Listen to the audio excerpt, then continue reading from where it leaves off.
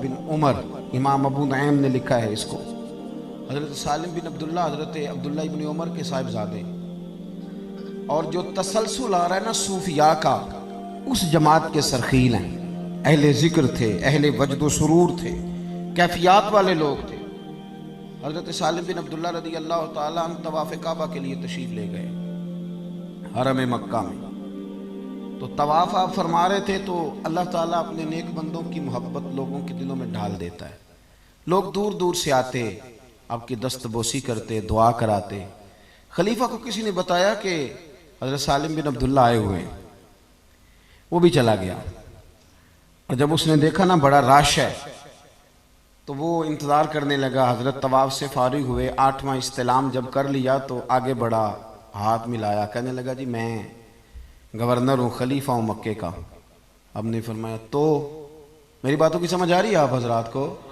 کہنے لگا جی میں یہاں کا خلیفہ ہوں، تو میری یہ خواہش تھی کہ کوئی حکم ہو تو آپ بتاتے، میں پورا کرنے کو حاضر ہوں، کوئی حکم ہو تو بتائیے۔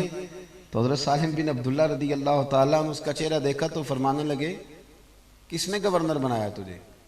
تو بڑا بیوقوف آدمی ہے، تو بالکل تجھے خیال ہی نہیں آیا، تو کیا کہہ رہا ہے؟ وہ کہتے ہیں پہلی دفعہ کسی بندے سے ملاقات ہوئی تھی، میری بھی ٹانگیں کانپنے لگی، یہ شخص کہاں سے بات کر رہا ہے؟ خودداری ایک بڑی اعلیٰ چیز کا نام، کس نے تجھے گورنر بنایا؟ کہنے لگا حضور کیا ہوا؟ فرمانے لگے یار تو بڑا ہی بیوقوف ہے، تو کیا سمجھتا ہے مجھے کہ اللہ کے گھر میں آ کے بیت اللہ شریف کے دروازے کے سامنے کھڑے ہو کے یہاں آ کے بھی میں دنیا داروں سے سوال کروں گا، یہاں آ کے بھی میں لوگوں سے مانگوں گا؟ یہاں گردن کو جھکا دیتا ہے خیرات کا پتھر، جہاں میں مانگنے والوں کے سر کبھی اونچے نہیں ہوتے، یہاں آ کے بھی میں دنیا داروں سے مانگوں گا؟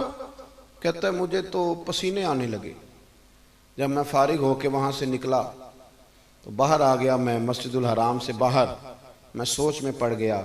تھوڑی دیر کے بعد حضرت بھی فارغ ہو کے باہر آئے، خلیفہ پھر آگے بڑھا، کہنے لگا حضور مہربانی کریں، اب تو خانہ کعبہ سامنے نہیں نا، ابھی کوئی حکم کر دیں۔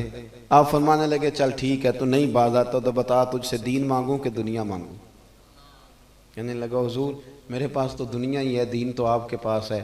تو آپ فرمانے لگے جا پھر اپنا کام کر، دنیا تو میں نے اس سے کبھی نہیں مانگی جس نے دنیا بنائی ہے، میں تو اس سے بھی اس کا فضل ہی مانگتا ہوں، تو مجھے کون سا رستہ دکھا رہا ہے؟ میں نے اس سے نہیں کبھی دنیا داری کا سوال کیا، دنیا کا مانگ، تو کون سا رستہ؟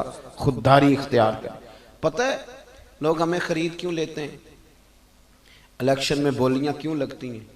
اس لیے کہ کہیں نہ کہیں ہمارا کوئی ریٹ ہوتا ہے، کہیں نہ کہیں ہم الجھ جاتے ہیں، کہیں نہ کہیں ہم خرابی کرتے ہیں، پھر ہمارے ریٹ لگنے لگتے ہیں، پھر لوگ سمجھتے ہیں کہ کسی نہ کسی مقام پہ جا کے کسی نہ کسی شخص کو ہم نے قائل کر ہی لینا۔